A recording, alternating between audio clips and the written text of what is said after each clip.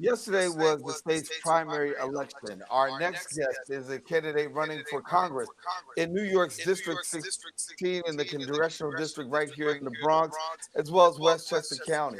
Our next guest is also a former Bronx middle school principal who understands the struggles of those in the community and aims to fight for education, jobs, as well as Medicare, justice reforms, and much more. And joining us now to provide some information on his candidacy and why he's decided to seek this congressional seat in District 16 is none other than Jamaal Bowman. And Jamaal, good to have you with us. Absolutely. Great to be here. Thank you so much. Thank you. Well, let's get right into it. I mean, obviously, you're a candidate for the race for District 16, a seat that's been occupied by Congressman Elliot Engel as the incumbent for so long. Why do you feel it's time for a change? Well, not just me. Many people throughout the district from the very beginning told us it's time for a change. They consistently discussed how Congressman Engel is absent. He's not present. He's not engaged. He's not engaging the entire community and the entire district in the issues that matter most.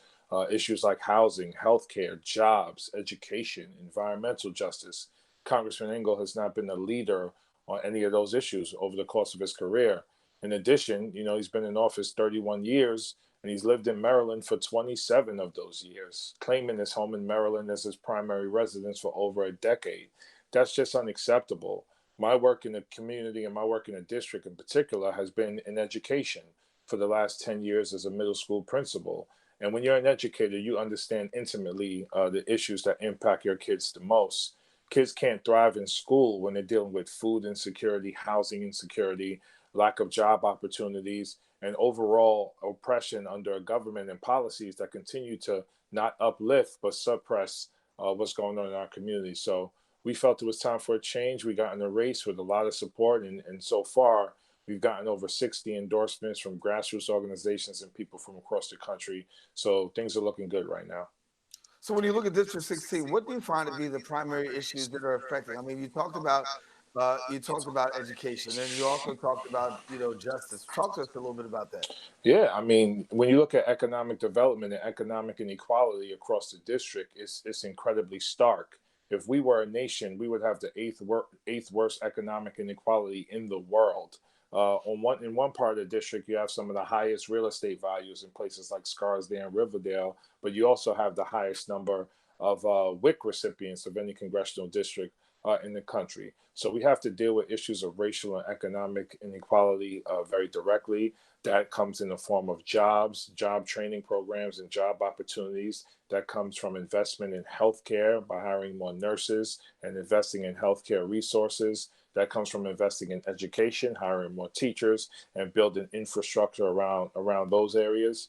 In addition to environmental justice, right now with the COVID pandemic and everything that's happening across the country, it's a perfect opportunity to implement a Green New Deal where we will focus on building clean, renewable energy infrastructures in this district by tapping into the talent and unlimited potential of the people right here. Unemployment is a big issue, and homelessness as well, particularly here in the borough of the Bronx. A lot of people contend with that. Give us your thoughts. Yeah, so we have a very aggressive plan to deal with the homelessness and housing epidemic, lack of affordable housing epidemic happening in the district.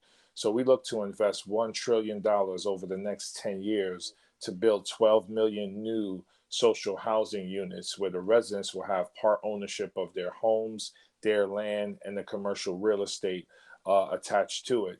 This plan has been championed in Congress by Congresswoman Ilhan Omar. Elizabeth Warren also has a very bold plan for housing where she's looking to invest 500 billion in housing over the next 10 years and also providing grants for home ownership. As we know, people of color have been kept out of the home ownership conversation for far too long. The New Deal built the middle class for white Americans, but it kept out people of color. We're looking to right the wrongs of the New Deal via a Green New Deal with a focus on housing and infrastructure there. Yeah. You made an allegation earlier saying that the congressman has been absent.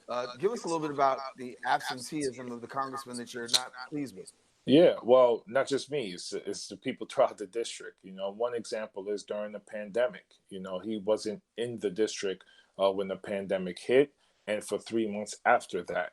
He also claimed that he was going to be in Co-op City and Mount Vernon giving out groceries to residents there while he was at his home in Maryland, and he was caught in that lie when a journalist knocked on his door in Maryland, and he answered it when he was supposed to be here in the district. So that's the frustration we've heard from people throughout the district from the very beginning, not just during the pandemic, but the pandemic revealed what everyone already knew.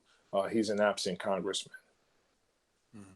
And your thoughts, because there's some people saying, listen, if we lose that seat and that seat changes, his seniority and the things that are brought to the table will that it'll turn the clock back.